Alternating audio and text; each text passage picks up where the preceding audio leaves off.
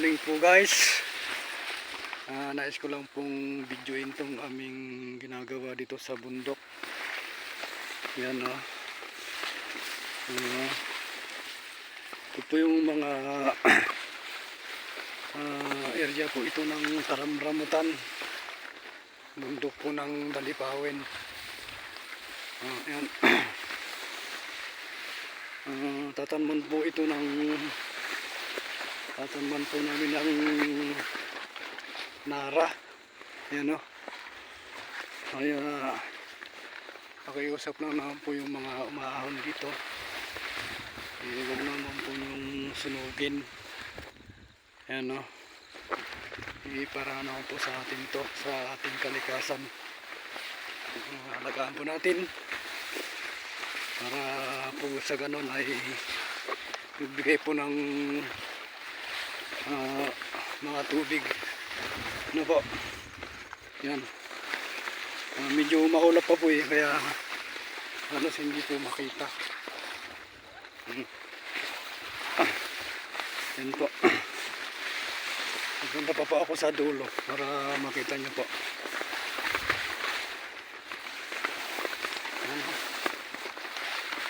Sa tagal ng nagtag-araw po kaya hindi natin managad. Kaya yung mga damo humaba na mabilis yung damong humaba. Lalo po itong mga tanlad na ito. Mabilis. Ayan. Hulog po guys. Hindi po. Yun yung kabila, natatanaw na.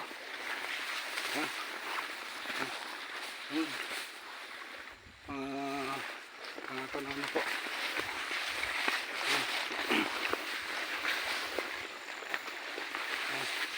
Naulap yun dun yung kubo namin sa taas. Hindi pa makita. Ano guys, yung mga trabaho na ay mga PO. Ang ganda ng bundok pagka nakikita mong may kahoy. Ayan na.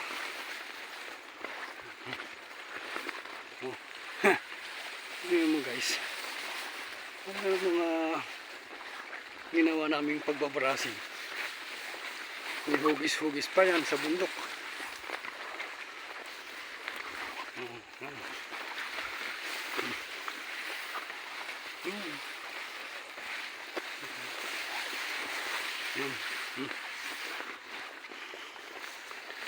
Ano ba? Yan o.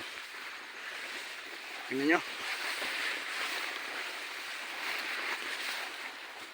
Yan o.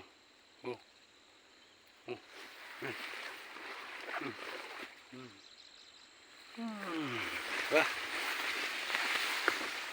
Yung mga anong tawag, kasoy, hindi na tumubo, hindi na lumaki pala dahil sa mga kagagawan natin na nagsusunog. Huwag po nating sunugin para po sa ganun meron po tayong pagpunan ng bunga ng kasoy. Pagka nagugutom tayo sa bundok, meron tayong kakainin. Yan o.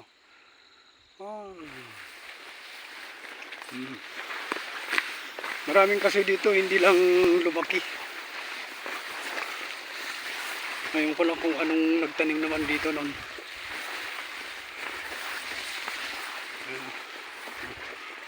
Baba na tayo guys.